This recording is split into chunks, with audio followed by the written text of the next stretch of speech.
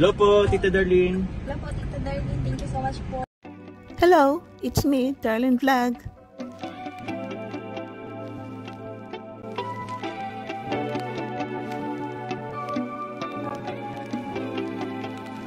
Mga kalingap, mga ka-chomcar, mga ka-love teams, bago natin pag-usapan itong pagbabakod ni Jomar ng kanyang agom, dito muna tayo sa kanyang pagpasok sa paaralan. O diba? Hindi po. Ito si Kim, sasama nila mamimili ng gamit. At ito nga, nako, biniro nila si Kim. O ikaw ang aming teacher ngayon. Ngayon, Teacher Kim, magsalita ka, magpakilala ka. At dumating sa time na si Jomar ang nagpakilala at si Kalingap Dam. Pakinggan natin itong pagpapakilala ni Kalingap Jomar. Ilang taon na ba siya? Mas maganda ata bro, ipakilala mo na yung sarili niya ma'am. Ganyan, di ba pag bago pa lang sa mga estudyante, pinapakilala mo na yung pero magpapakilala din. May practicum din yan sila. Oo, nag-practicum ka na ba? Nag-turn na yan. Oo, sample. Okay class? Ganun. Dismiss. Let's go! Ano nalaman natin Carl ay, go Kim, pakilala ka lang. Okay, class. By the way, ako nga pala si Kimberly Balindan. Ako muna yung pansamantalang naging teacher niyo.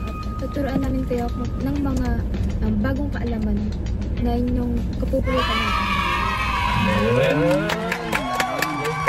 Good! Kalingap na doon, pakilala ka din. Pakilala tayo. Okay ka muna.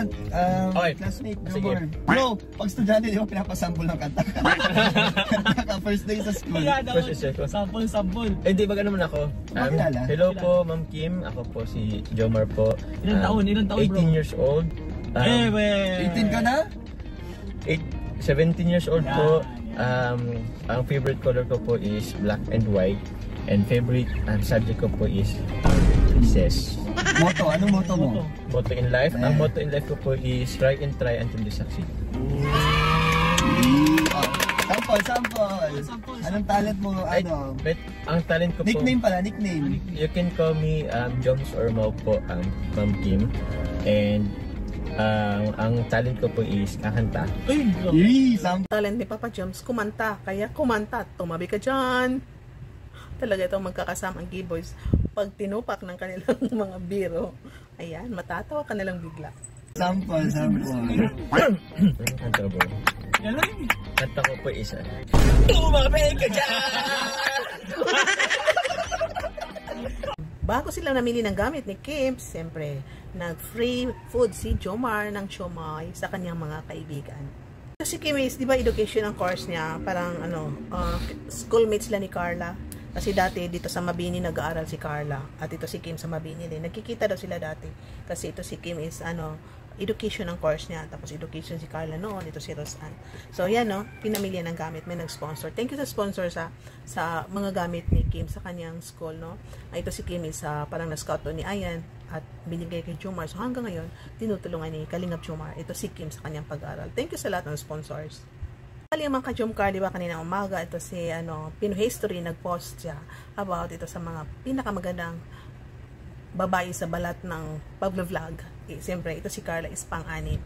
One is Lenny Icardo, number 2 si Ginella Japano. So, ito si Ivana is number 4. Kasi sabi kasi ni David kanina is number 1 daw si Ivana. So, akala ko ako ang mali. So, pang-4 si Ivana. So, pang-5 ito si Donaline, din pang-anim si Carla Tapilar. So, bakit pa naging anim si Carla? Bakit sabi nila naging anim? Na konti lang naman daw ang upload niya, hindi naman siya araw-araw nag-upload, hindi naman marami yung upload niya. So, sa aking idea, siguro kaya siya napili. Kasi itong Pinoy History, marami yan sila, marami silang judge.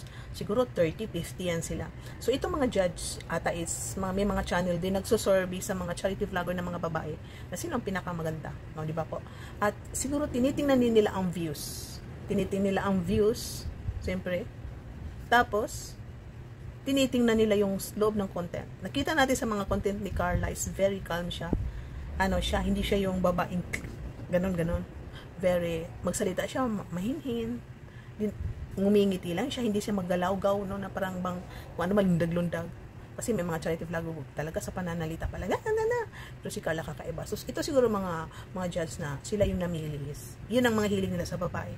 Mahinhin, sa pananamit, gusto nila. Hindi lang na maganda, sexy. Hindi kasi yung kagandahan, hindi sa pananamit, hindi sa pamamagitan ng mga damit na super hot, no? Ang kagandahan ni sa mukha, sa pananalita, sa galaw. Kasi Pilipina tayo, hindi tayo Western yan. So ito siguro namimili is mga Pilipino, 100% na Pilipino sila ata. Tapos may category sila ata na pinipili, bakit nila gusto itong mga tao na ito. Si Ivana, maganda siya, di ba? Maganda si Ivana. Maganda yung mga content niya. Bakit hindi siya naging number 1? Di ba? Maganda, sexy, mayaman, malaki ang views. Bakit hindi siya number 1? So meaning, may ibig sabihin. Para sa akin, siguro itong judge ng namili ng mga survey ng Pinoy History, may tiningnan sila no, bawat tao anong gusto nila. So sa akin, dahil ito na observation ko kay Carla, hindi ko alam yung top 1, top 2, top 3, top 5. Observation ko Carla, sa kagandahan niya, sa kutis niya, paano siya magsalita, paano siya gumalaw. Tiningnan niya yung channel niya, maganda ang flow ng channel. Tapos napapanood nila sa Jomcar, yung mga video ng Jomcar is okay, wala yung rated, no?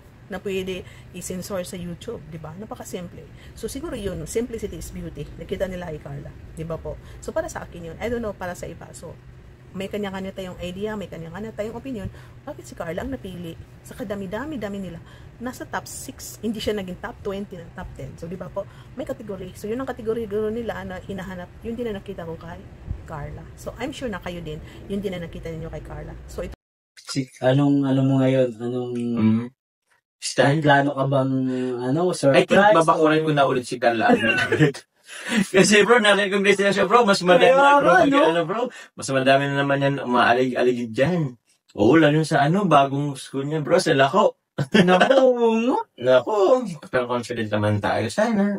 Si Jomar, siyempre babakuran niya si Carla. Kasi katulad yun sa last na sa vlog sa 93 na, naku, mayroon bang umaalig-aligid sa'yo? Parang nagsiselo siya na konti. Pero sabi ni Carla na siyempre, hindi naman kita ipagpapalit, no? Gusto pa nga niyang mag-aral ka na para may kasama ako, para may kaibigan ako. No? Sabi nga ni Jomar, makatry nga, no? Kaya pa naman, papasok ako. Kasi gusto niya bakuran si Carlata. Pero alam natin na joke niya yun, no? May trust si Jomar kay Carla. Hindi kailangan na samahan araw-araw, babakuran. Yung nga sabi ni Carla, kahit hindi tayo nagkikita sa paaralan, hindi tayo nagkikita lagi-lagi. Siguro nagchat na sila. Nagkikita siguro sila every other day or anong oras kasi siyempre busy si Jomar sa kanyang business sa pagcha-charity, sumasama kay Kalinga Prab. At siyempre, no? Kung ano pa. So yun, ito rin si Carla. Nag-aaral, focus siya, lalo na ngayon mahirap ang nursing. So huwag kayo masyadong, yung kayo na minsan aggressive kayo na sana mayroon naman next episode, no? Antayin na natin kahit once a week dahil alam po natin na busy ang bawat isa. Busy si Rap, busy ang Jomcar. At kayo din naman busy, may ginagawa rin kayo, may trabaho din kayo. So minsan, nalilibang kayo, hindi nyo napapansin na ilang araw na is, Jomcar na. Di ba po? So tuloy-tuloy lang pagmamarathon para makarami pa tayo, magka 53 episode million views na tayo. Congratulations sa lahat. Thank you sa lahat na magmamarathon. Shout out sa inyo lahat dyan, mga silent viewers, mga sponsor, mga supporters. Kuya Val, ingat kayo sa papuntang Mindanao sa Davao. Kalinga Prab, kayo din, ingat din kayo. Jackie, at siyempre, si Carla Tapilar at Jomar. Tuloy-tuloy lang pag-marathon. Pakisali ating vlog, pakisubscribe, hit the notification, tapos i-share nito ating mga video. Don't skip ad. Thank you po. And shout out sa Karipa, Karaba, lahat ng reactors. Bye and see you in my next reaction video.